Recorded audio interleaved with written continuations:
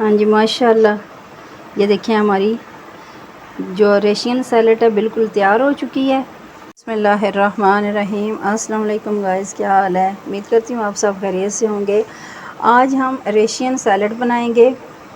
इसके लिए ये मैंने 3 दरमियाने साइज़ के सेब काट लिए हैं। इन्हें मैंने नमक वाले पानी में डाल के थोड़ी देर रखा है। अब मैंने धो के रख लिए हैं।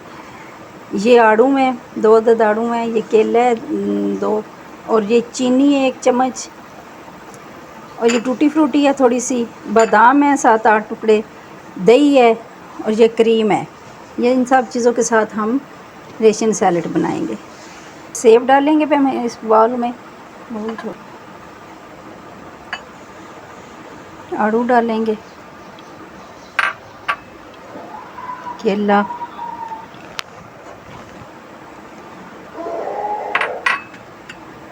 ये टूटी फ्रूटी, और ये जो है आम, और ये 2 चम्मच दही है, ये डालेंगे।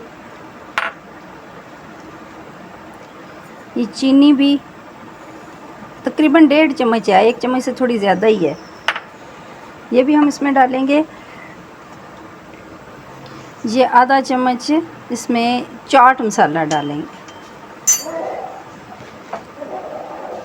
ये क्रीम है मेरे पास, ये एक पैकेट है इसका, ये हम डालेंगे इसमें। इसे मिक्स करेंगे अच्छी तरह से।